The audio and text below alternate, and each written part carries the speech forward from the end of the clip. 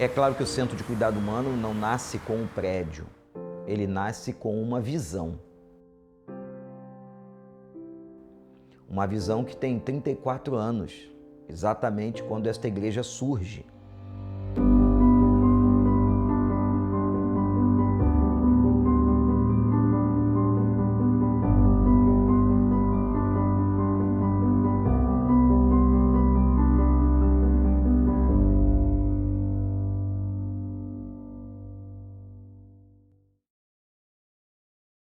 Nós estávamos aqui, era um grupo muito pequeno de pessoas, e nós recebemos e tivemos algumas experiências muito fortes envolvendo dependência química.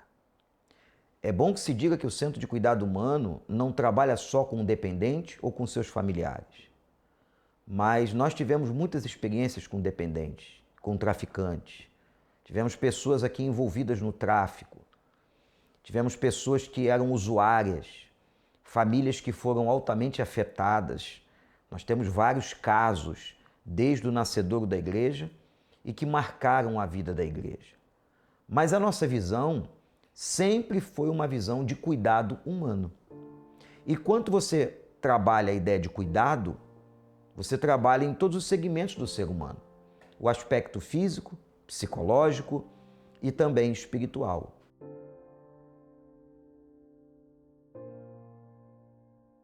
Bom, iniciei aqui em 2004, trazendo uma ideia que depois se chamou, para o pastor Wander, que se chamou Ministério de Aconselhamento Cristão, àquela época. E essa ideia começou com 6 profissionais, 6 psicólogos. Hoje, passado esse tempo todo, nós somos 25. Muitos anos depois, nós tivemos uma experiência com a propriedade que compramos, quando os donos dessa propriedade, ali havia uma empresa de cortinas, de residências e cortinas industriais, e também uma blindadora de automóveis. Um dia visitando aquele lugar, sonhamos, porque era estratégico, estava bem ao lado da propriedade da igreja. Eu disse, poxa, se pudéssemos adicionar à nossa propriedade este terreno e especialmente este prédio, seria maravilhoso. E um dia, nós já estávamos orando por isso, o proprietário, que representava, na verdade, um grupo de empresários que eram donos da propriedade, esteve pela manhã na igreja, foi à sala do nosso administrador e jogou a chave na mesa dele, dizendo o seguinte: esse prédio é de vocês. Nós não tínhamos como comprar aquele prédio, é um prédio muito caro na Avenida das Américas, um terreno atrás, e fizemos uma negociação que levou muitos anos para ser totalmente concluída e concluímos recentemente.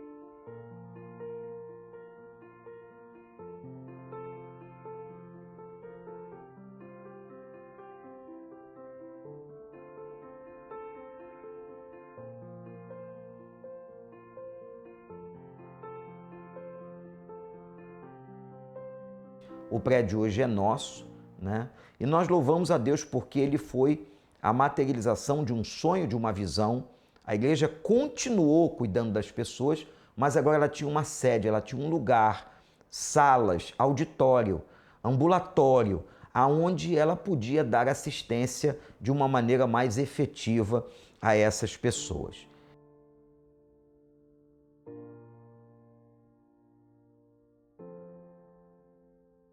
E o Centro de Cuidado Humano está aí. Eu também me lembro que essa experiência do prédio me influenciou muito uma visão que eu tive nos Estados Unidos, na Willow Creek, quando o Bill Hybels fundou o seu Centro de Cuidado Humano. E claro, não podemos comparar porque a dimensão lá nos Estados Unidos é tudo muito maior, com muito mais dólar, muito mais dinheiro. Mas eu disse a Deus quando eu vi lá: Senhor, nós temos condições, nós podemos fazer algo na nossa realidade, na nossa proporção, para ajudar o ser humano. E depois nós começamos a orar, e a história que eu acabei de contar, começamos a clamar ao Senhor e o prédio veio.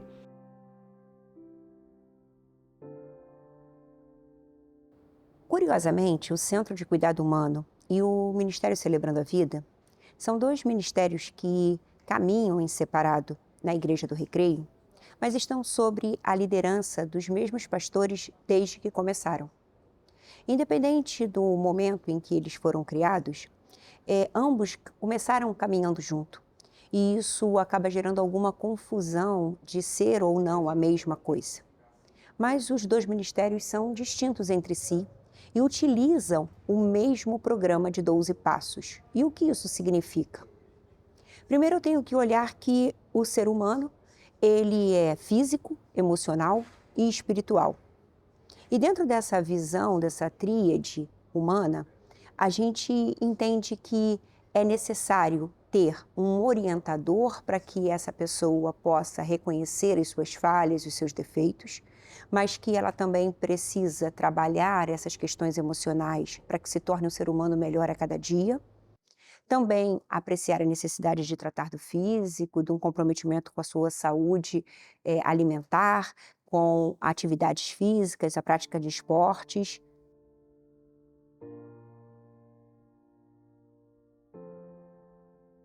Bem como entendemos que o espiritual é o fundamental. Por isso, esse projeto é um projeto cristocêntrico, tem Cristo no centro de tudo. A igreja não está só para pregar o evangelho para as pessoas, mas ela também prega este evangelho cuidando. Ela prega tratando das mazelas emocionais, das questões familiares que levam essas pessoas à dependência química e, consequentemente, dos aspectos físicos, porque o ser humano é um ser integrado e ele está completamente uno nas suas áreas de realidade. Ele é físico, ele é emocional e ele é também espiritual.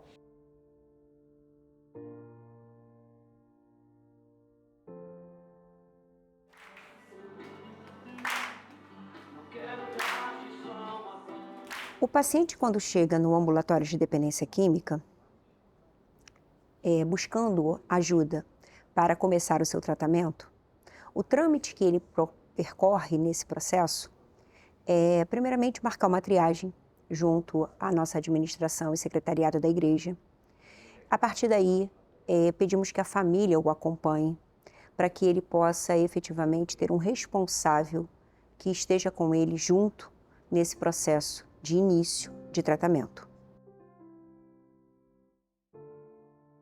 Pois o início do processo de tratamento é muito difícil.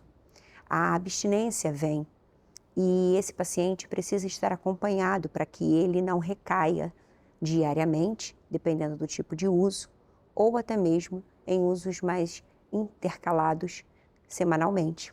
Nós temos pacientes de outros estados e até de Portugal que já passaram por nós com o presencial e hoje fazem manutenção do seu tratamento na modalidade online. Então, para que essas pessoas consigam continuar sendo atendidas e outros tantos possam chegar do Brasil inteiro, a gente tem essa abertura para que também haja todo o ciclo de aprendizado na modalidade online.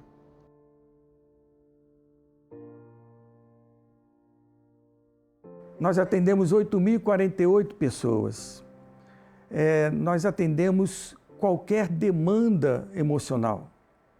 E depois atendemos a cada paciente por 6 semanas. E ao longo dessas 6 semanas, a gente encaminha, como já foi dito, para outras áreas da própria igreja, porque é um tempo muito curto para um processo de psicoterapia propriamente dita. Mas o que é importante é que esse atendimento tem um caráter emergencial.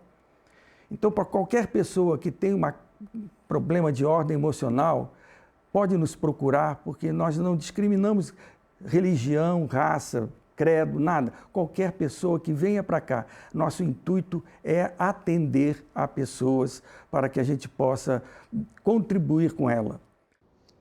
E nesse processo, eles vão construindo aqui no ambulatório um aprendizado. A gente costuma dizer que eles chegam com caixas de ferramentas vazias ou enferrujadas, ou até sem caixas de ferramentas.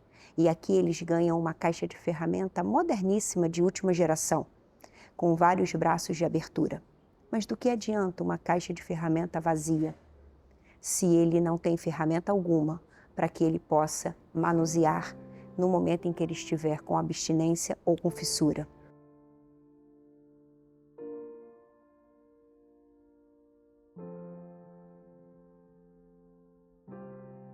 No momento também em que ele sentir aquela dor emocional e ele não sabe como lidar. Então, nesse caso, nós vamos trabalhando com eles, no primeiro momento, uma atividade física, porque ele precisa cuidar do físico. Depois ele tem a ministração da palavra. Após a ministração da palavra, ele entra no ciclo de palestras. E aí vale ressaltar que na ministração da palavra nós respeitamos todas as crenças religiosas e não importa a crença do paciente para estar conosco, mas ele sabe que vai fazer parte de um programa em que Jesus é ministrado a eles, as boas novas do Evangelho. E nesse ciclo de palestras, ele tem todo um enfoque psicossocial, jurídico, terapêutico. E o que seria isso? Nós falamos sobre prevenções, nós falamos sobre RPD, nós falamos sobre recaída, sobre efeitos e estragos do uso de substâncias, nós falamos sobre danos, nós falamos sobre legislação, falamos sobre habilidades sociais e caminhamos com eles nesse processo de conhecimento. Após 2 momentos de palestras diferentes, nós entramos em um momento em que é trabalhado com eles os 12 passos, porque sim, usamos os mesmos passos já muito reconhecidos e sustentáveis de Narcóticos Anônimos e Alcoólicos Anônimos. Mas esses 12 passos que nós trabalhamos, que nasceu lá em 1930, sofreu uma alteração em Saddleback, na Califórnia, em 1992. E assim, a Igreja de Saddleback vem difundindo todo esse trabalho mundialmente, mostrando o quanto é possível cuidar dessa saúde física, emocional e espiritual com base nessa ferramenta dos 12 passos, muito mais próximo ao Evangelho. Esse é o modelo que usamos aqui no Centro de Cuidado Humano. Então, para falar da relevância do trabalho do Centro de Cuidado Humano, tem alguns dados que eu acho que são importantes. O Escritório das Nações Unidas sobre Drogas e Crimes, ele apresenta um relatório anual que traz dados sobre o consumo de substâncias psicoativas e criminalidade em todo o mundo. Então, o relatório de 2021, ele traz a informação de que 275 milhões de pessoas fazem uso de drogas. E dessas pessoas, 36 milhões adoeceram com um transtorno por uso de substâncias, que é uma condição para quem usa qualquer substância psicoativa.